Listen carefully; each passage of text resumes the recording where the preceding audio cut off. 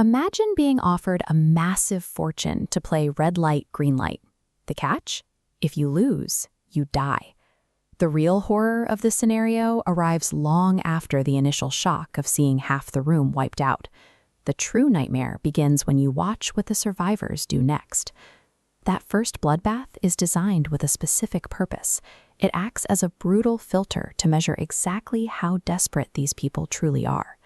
Traumatized by the slaughter, the remaining players invoke a rule to hold a democratic vote. They choose to walk away from the billions and return to their normal lives. Physical safety lasts about a day.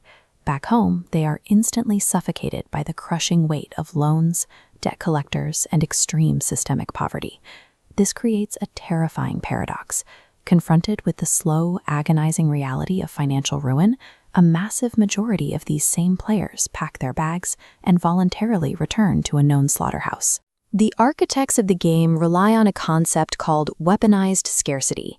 They calculate that the outside world is mathematically more unlivable than the deadly arena they built. The system never actually needed to use force to recruit them. It simply waited for deep economic desperation to manufacture their total compliance. To survive inside, the first step is physical isolation. Every participant is stripped of their personal clothing and handed an identical green tracksuit, marked only with a number. Psychologists call this de-individuation. By erasing a person's name, you also detach them from the societal norms and moral constraints they followed on the outside. This environment enforces a brutal mathematical equality. Whether a player was a wealthy banker or a street thug, the game applies the same lethal rules to everyone, stripping away any advantage of birth or status. Stripping away their past identities serves a very specific mechanical function. It is the essential first step to making these people capable of eventually killing one another. Early in the competition, players aren't forced to fight each other directly. The threats they face are entirely environmental or systemic. Challenges like tug-of-war physically reward shared strategy. Group cohesion is the only way to pull massive weight and avoid dropping into an abyss. Enduring that level of extreme stress forces players to connect. They form rapid, desperate trauma bonds with complete strangers just to survive the night. This enforced cooperation sets a brilliant and cruel psychological trap. It fosters a genuine sense of hope and human connection right before the rules suddenly change. That sudden change arrives during the marble game. In an instant, the core rules of survival are inverted, pitting partners against each other. In this zero-sum game, the geometric space of survival for one physically expands by consuming the other. To win, the other mathematically must die. Devastation hits when they realize the game isn't the enemy. Their trusted ally is their executioner.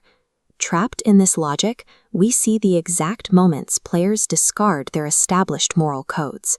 Faced with imminent death, they actively choose self-preservation, resulting in calculated betrayal. The arena functions as a machine designed to strip away conscience. It forces inherently moral people to systematically murder their own humanity just to buy themselves one more day. By the time the final match arrives, the climate is bleak and feral.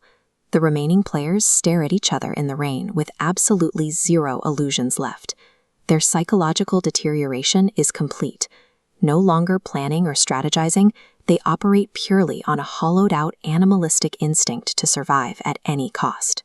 The billions waiting in the piggy bank becomes secondary to a more urgent psychological need. The winner must validate every horrific betrayal they committed to reach the end.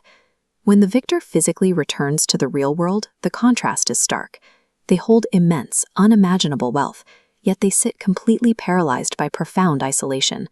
The winner survives the physical mechanics of the game, but the human being they were when they first stepped onto the island has been entirely destroyed. The arena operates on a logic of brutal, literal fairness. Every player starts with the same chance and dies by the same mistake, a consistency that is entirely absent in the world waiting outside. This individual trauma reflects a broader social reality. The winner's success is built on the same architecture as modern hyper-competitive societies, a structure where one person's advancement requires the systematic failure of everyone around them. In a society built on stepping over others to succeed, The boundary between playing a simple game and fighting for survival is almost non-existent. If you found this psychological breakdown interesting, consider subscribing to the channel. We explore the deeper narratives hidden inside the stories you love every single week.